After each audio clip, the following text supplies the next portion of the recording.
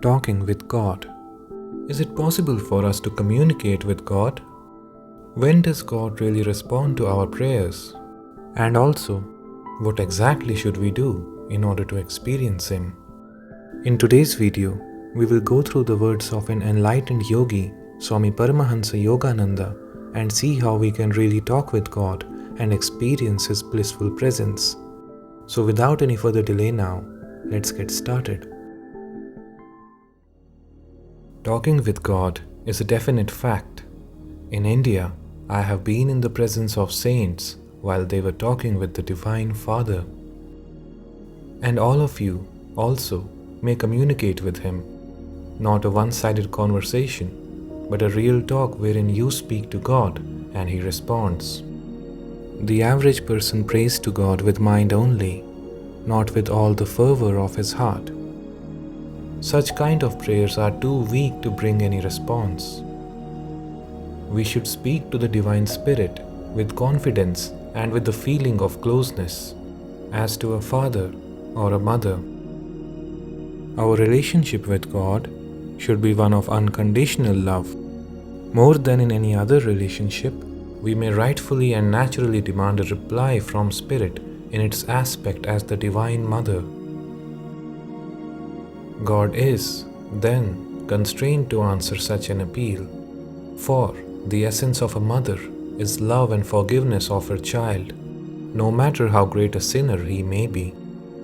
If you make up your mind, He is going to talk with me, regardless of how many years He has not answered you, and go on trusting Him, one day He will respond. As you develop spiritually and concentrate on the single eye in the forehead, you will find that your inner sight is opened.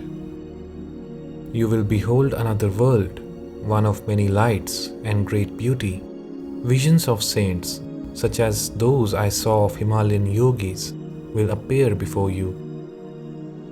If your concentration goes still deeper, you too will hear the voice of God. But in the beginning, it is very difficult. It is not easy to become acquainted with God, because He wants to be sure that you really desire to know Him. He gives tests to see if the devotee wants Him or something else. He will not talk with you until you have no other desire hiding in your heart. Why should He reveal Himself to you if your heart is filled with only longings for His gifts? The whole creation was designed as a test for man. By our conduct in this world, we disclose whether we want the Lord or His gifts. God will not tell you that you should desire Him above all else, because He wants your love to be freely given, without prompting. That is the whole secret in the game of this universe. He who created us yearns for our love. He wants us to give it spontaneously, without His asking. Our love is the one thing God does not possess, unless we choose to bestow it. As God is the essence of our own being, we cannot truly express ourselves until we learn to manifest His presence within us. This is the truth. It is because we are divine, a part of Him, that we are unable to find lasting satisfaction in anything material. Until you attain contentment in God, you will not win contentment from anything else. Many people don't like to think of the Lord as personal. They feel that an anthropomorphic conception is limiting. They consider Him to be impersonal spirit, all power, the intelligent force that is responsible for the universe. But if our Creator is impersonal, how is it that He has created human beings? We are personal. We have individuality. We think, feel, will, and God has given us not only the power to appreciate the thoughts and feelings of others, but to respond to them. The Lord is surely not devoid of the spirit of reciprocity that animates His own creatures. When we permit it, our Divine Father can and will establish a personal relationship with each one of us. God does appear to us in physical form. He is more personal than you can imagine. He is as real and actual as you are. The Lord is responding to us. The vibration of His thought is constantly being sent forth. This requires energy. The energy manifests as sound. God is consciousness. God is energy. Talking means vibrating. In the vibration of His cosmic energy, He is talking all the time. He has become the mother of creation that materializes herself as solids, liquids, fire, air, and ether. But is God less responsive than flowers and human beings? Lets us keep on talking to Him and yet fails to answer us. It appears that way, doesn't it? The trouble is not with Him, but with us. Our intuitive telephonic system is out of order. God is calling us and speaking to us, but we do not hear Him. But saints hear Him. Whenever a certain master I knew would pray, God's answering voice would seem to come from the sky. God doesn't need a throat in order to speak. If you pray strongly enough, those prayer vibrations bring a vibratory response immediately in whatever language you are accustomed to hearing. Now, before we proceed, I would like to inform you that we have started memberships on our channel. If you would like to support our channel and get some exclusive perks in return, please make sure to hit the join button, select the relevant membership subscription, and become our valued member. Though God hears all our prayers, He does not always respond. Our situation is like that of a child who calls for his mother, but the mother does not think it is necessary to come. She sends him a plaything to keep him quiet, but when the child refuses to be comforted by anything except the mother's presence, she comes. If you want to know God, you must be like the naughty baby who cries till the mother comes. If you make up your mind never to stop crying for her, Divine Mother will talk with you. The Hindu scriptures tell us that if for one night and one day, without a moment's interruption, a devotee talks to God with intense devotion, He will respond. But how few will do it? God does not respond to half-hearted calls, but to those devotees who day and night with utmost intensity pray and talk to Him, He does appear. To such devotees, He comes without fail. Don't waste time in seeking little things. Don't be satisfied with anything less than the highest. Human beings are seeking happiness in marriage, in money, in wine, and so forth, but such people are puppets of destiny. Once this realization is attained, one finds out the true purpose of life and naturally begins to seek God. The greatest happiness comes by immersing the mind in thoughts of God. The more unselfish one is, the more he tries to give happiness to others, the more likely he will be to think about God.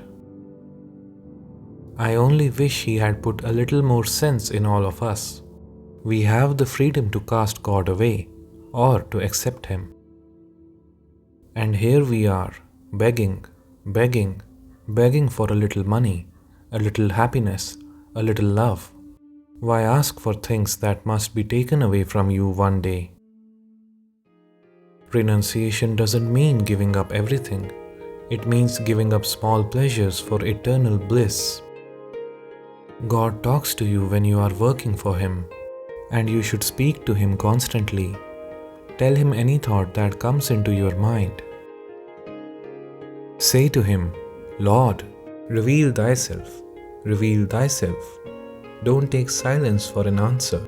He will respond first by giving you something that you have wanted, showing you that you are in His attention. But don't be content with His gifts. Let Him know that you will never be satisfied until you have Him.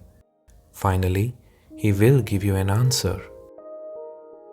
In a vision, you may see a face of some saintly being, or you may hear a divine voice talking to you, and you will know that you are in communion with God. To coax Him to give Himself takes steady, unceasing zeal. Nobody can teach you that zeal. You have to develop that yourself. You can take a horse to water, but you cannot make him drink. Yet, when the horse is thirsty, it seeks out water with zeal.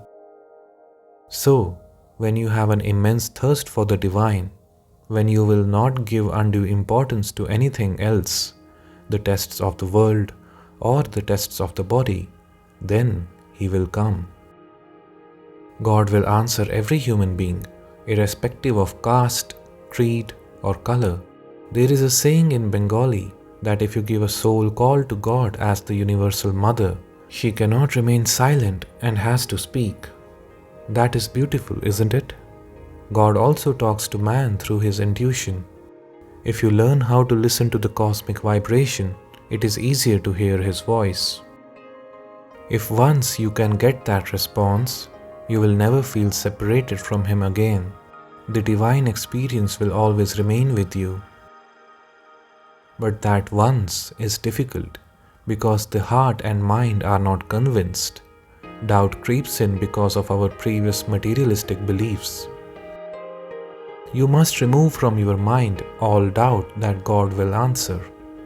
Most people don't get any response because of their disbelief. If you are absolutely determined that you are going to attain something, nothing can stop you. It is when you give up that you write the verdict against yourself. The man of success doesn't know the word impossible. Faith is the limitless power of God within you. God knows through His consciousness that He created everything. So faith means knowledge and conviction that we are made in the image of God. When we are attuned to His consciousness within us, we can create worlds. Remember, in your will lies the almighty power of God. When difficulties come and you refuse to give up in spite of them, when your mind becomes set towards God, then you will find God responding to you.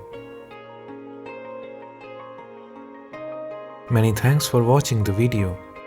If you are new to the path of spirituality and meditation, we recommend you watch these videos. If you like our videos, please don't forget to hit the like button, subscribe to our channel if you haven't, and make sure to press the bell icon. It will also help us grow and spread this timeless wisdom of Sanatana Dharma to others.